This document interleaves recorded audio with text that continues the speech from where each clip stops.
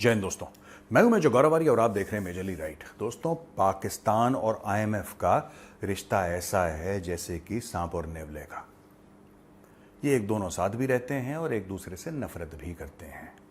अब देखिए, आईएमएफ की मजबूरी है क्योंकि आईएमएफ का चार्टर है कि फील्ड इकोनॉमीज को सपोर्ट करना, ये वो करेगा आईएमएफ।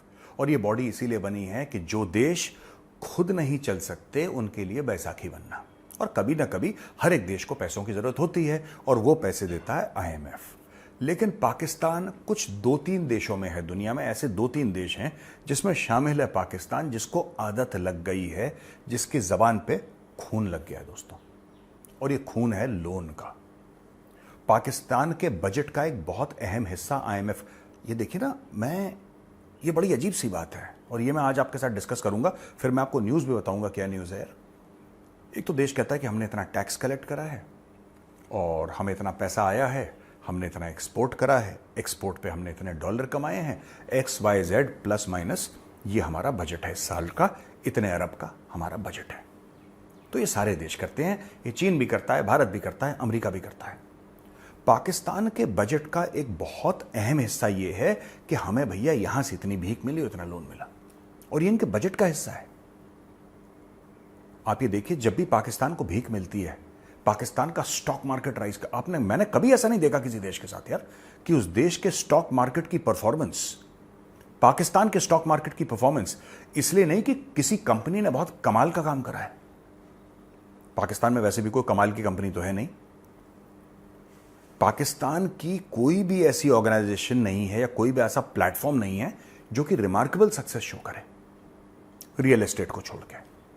ये बिल्डर फ्लोर बनाना और कॉलोनीज काटना, यही सब प्लॉट काट दिए बेच दिए, यही सब पाकिस्तानियों का धंधा है। इससे ज्यादा वो लोग कुछ कर नहीं पाते। लेकिन आपने एक बात नोट करी है, जैसे ही खबर मिलती है कि आईएमएफ ने लोन दे दिया, जैसे ही पता लगा कि सऊदी अरब, एक बिरादर इस्लामी मुल्क ने $3 अरब दे दिए, शेयर मार्केट में उछाल आ जाती है। यह अकेला मुल्क है जहां पे भीख के पैसे, ज़कात के पैसे, उससे शेयर मार्केट में उछाल आती है। अब मैं आपको यह बताता हूं कि हुआ क्या है, मैं ये सब बातें कर क्यों रहा हूं दोस्तों। ये देखिए साहब, पाकिस्तानी अथॉरिटीज और जो आईएमएफ का मिशन है लेड बाय नेथन पोर्टर वो हैं जो पाकिस्तान के आईएमएफ मिशन को लीड करते हैं। इन्होंने डिस्कशन कंक्लूड करे ऑन की economic sectors including power and gas reforms, ठीक है जी, state owned entities, pensions, revenue mobilisation and monetary policy. ये जो किसी भी स्टेट का, यानी कि कोई सॉवरेनिटी की बात करते हैं ना पाकिस्तानी, हमारी सॉवरेनिटी, और इंडिया क्यों पीओके के बारे में बात कर रहा है, ये तो हमारी ये इनकी सॉवरेनिटी का हाल है। जहां पे 2% का बंदा नेथन पोर्टर, 2% का बंदा जिसको इंडिया में कोई पूछे ना, वो नेथन पोर्टर आता है और वो पाकिस्तानी सरकार के साथ सामने शहबाज शरीफ को बैठा के ये बोलता है कि बेटे शहबाज, तेरी पॉलिसी ऐसे चलेगी। और शहबाज कहता जी मालिक, आदेश करें आप, हुक्म करें आप तो बस हुक्म करें। किस किस मामले में, ये देखिए। अब मैं आपसे पूछता हूं, पॉलिसी ऑन की इकोनॉमिक सेक्टर्स, ये आईएमएफ का मामला है कि पाकिस्तानी गवर्नमेंट का मामला है? पावर एंड गैस रिफॉर्म्स, ये पाकिस्तानी सरकार का मामला है कि आईएमएफ का मामला है? स्टेट ओन्ड एंटिटीज, यानी कि जैसे पीआईए, ठीक है, पीआईए जैसे हमारे यहां भी होता है ना, कि जैसे बीएचईएल है या इंडियन ऑयल है या भारत पेट्रोलियम, ये स्टेट ओन्ड कंपनीज हैं। हम लोग पीएसयूज बोलते हैं, if you are familiar with the term, public sector की जो कंपनियां होती हैं।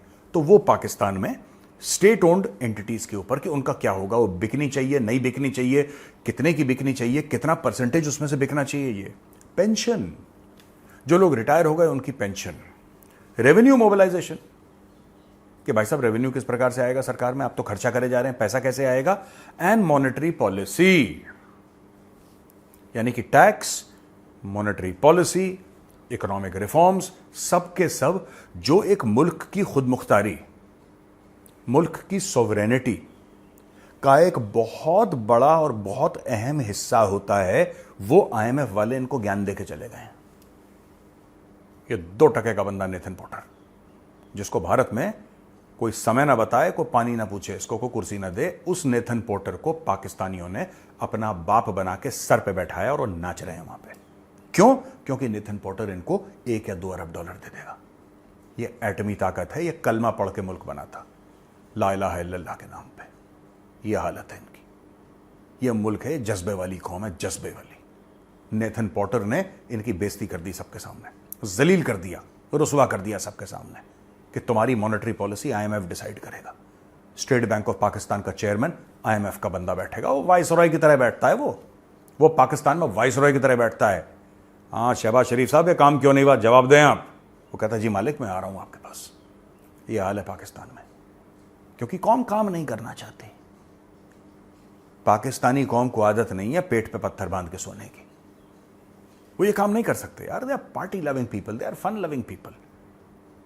पैसा दो, तमाशा देखो भैया। अब देखो, पिछले महीने पाकिस्तान ने $3 अरब का शॉर्ट टर्म प्रोग्राम इनको मिला था और सॉवरेन डिफॉल्ट इन्होंने अवॉइड कर दी।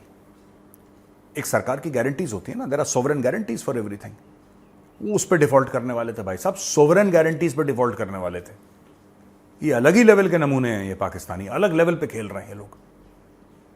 ठीक है, ये खेल रहे हैं प्रो मैक्स लेवल पे। $3 अरब इनको मिले। अब पाकिस्तानी प्रधानमंत्री शहबाज शरीफ की सरकार लॉन्ग टर्म अग्रीमेंट के पीछे पड़ी है for the budget of fiscal year 2025, जिसको जून 30 के पहले प्रेजेंट करना है। मैंने आपको क्या बोला था पहले?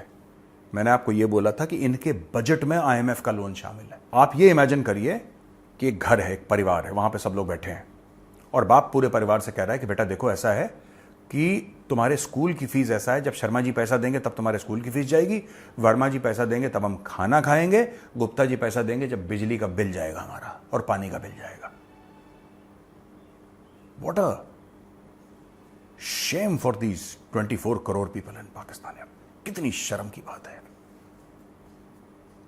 इससे बेहतर तो ये यार, इससे बेहतर तो ये अफ्रीका के छोटे छोटे मुल्क हैं यार, ऐसे तो नहीं गिड़गिड़ाते। और मुझे बुरा किस चीज का लगता है कि इतने बड़बोली कौम है यार। मुझे बुरा इस चीज का, और किसी बात का बुरा नहीं। आप पैसा मांग रहे हैं, भारत से थोड़ा ना मांग रहे हैं आप पैसा। वैसे आपका बस चले, भारत को ना छोड़ें आप, लेकिन आप जो पैसा अभी मांग रहे हैं IMF से मांग रहे हैं। अब आप बोलेंगे भारत का क्या लेना देना इससे, हम मांग रहे हैं। पर मुझे बुरा लगता है कि इतने बड़बोले लोग, हम एटमी ताकत हैं, हम कलमा पढ़ के बने थे ला इलाहा इल्लल्लाह, हम जज्बे वाली कौम हैं, हम जिहाद करेंगे, हम गजवाए हिंद करेंगे। और वहां से नेथन पॉटर ने बोला टॉमी टॉमी आजा आजा आजा। शहबाज शरीफ अपनी पूंछ ला के जा रहा है। हद हो गई यार। इतनी भूख लगी पाकिस्तानियों, तुम्हें इतनी भूख लगी तुम गैरत बेच के खा गए। ये कैसी भूख है यार जिसमें आदमी गैरत बेच के खा लेता है। IMF ये कह रहा है कि तुम्हें पैसे नहीं देंगे। अब ये देखो, ये एक और मैटर है। IMF ये कह रहा है कि बेटा तुम्हें पैसे नहीं देंगे, जो तुम्हारी पार्लियामेंट है हमें स्टैंप ऑफ अप्रूवल चाहिए, क्योंकि तुम्हारा अनप्रिडिक्टेबल पॉलिटिकल क्लाइमेट है, तुम्हारा कुछ नहीं पता। कल जनरल आसिम मुनीर बैठा है, कहेगा यार मुझे शहबाज शरीफ की ना शक्ल नहीं पसंद, निकालो उसको जरा, दूसरे को बनाओ, किसी को बना दो, XYZ को प्रधानमंत्री बना दो पाकिस्तान का। भारत ने बहुत पहले जब ये बात करी थी ना, तब पाकिस्तानियों को बड़ा बुरा लगा था कि भारत ऐसी क्यों बात कर रहा है, और भारत हमारी तरक्की से जलता है, हमारे CPEC से जलता है। तब ये है कर रहे थे लाहौरी, ये जो लाहौरी लंगूर थे ये है कर रहे थे। अब वही बात भारत ने क्या बोला? भारत ने ये बोला भाई हमें पता ही नहीं पाकिस्तान, आप कह रहे हो पाकिस्तान से बात करो, बात किससे करें? आपके प्रधानमंत्री से बात करें, वो कहता मेरे हाथ में कुछ नहीं है। आपके राष्ट्रपति से बात करें, वो कहता यार मैं तो फीते काटता हूं इनॉग्रेशन में बस, और मैं कुछ नहीं करता। आपके आर्मी चीफ से बात करें, अब बात किससे करें पाकिस्तान में? एक नाम बता दो ना इस बंदे का। पर यह बात नहीं कि आपने बंदे का नाम बता दी तो इंडिया बात कर लेगा। मैं एक एग्जांपल दे रहा हूं, आपको ज्यादा खुश होने की जरूरत नहीं पाकिस्तानियों। ये देखो,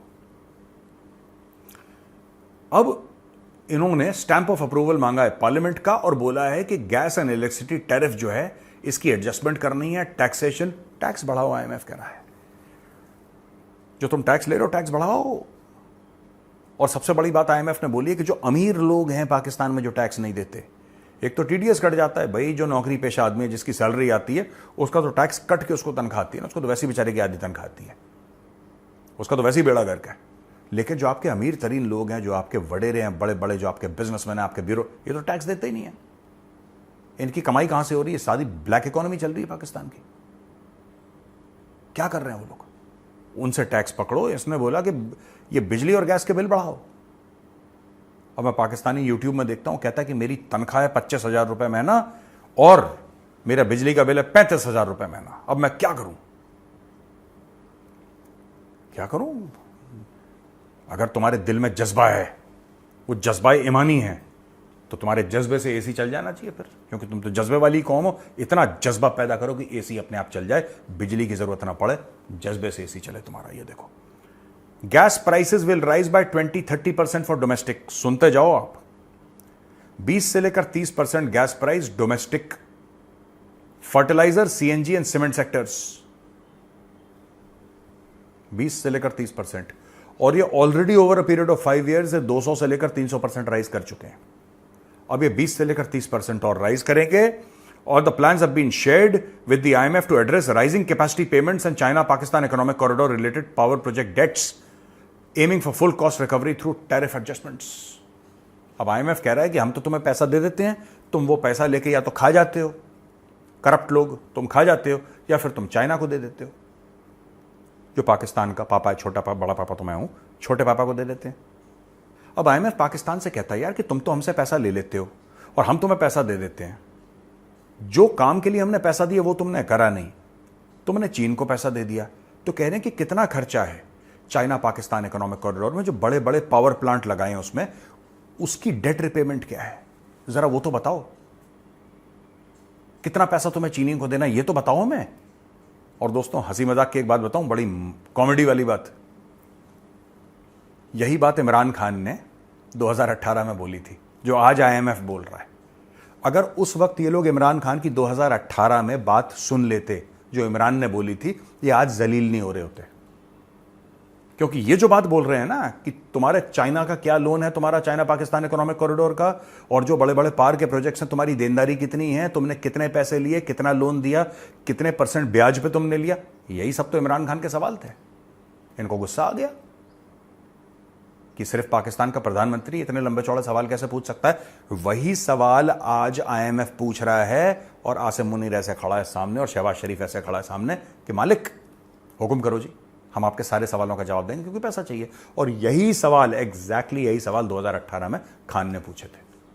तब इनको खान बहुत बुरा लग रहा था कि ये तो गंदा आदमी है, निकाल लो इसको, ये तो बहुत ही खराब आदमी है, ये तो पाकिस्तान को मोहब्बत ही नहीं करता। उसने सिर्फ ये पूछा था कि यार मैं तुम्हारे देश का प्रधानमंत्री हूं और मैं ये जानना चाहता हूं कि चीनियों को पैसा कितना वापस देना और किन शर्तों पे तुमने पैसे लिए हैं।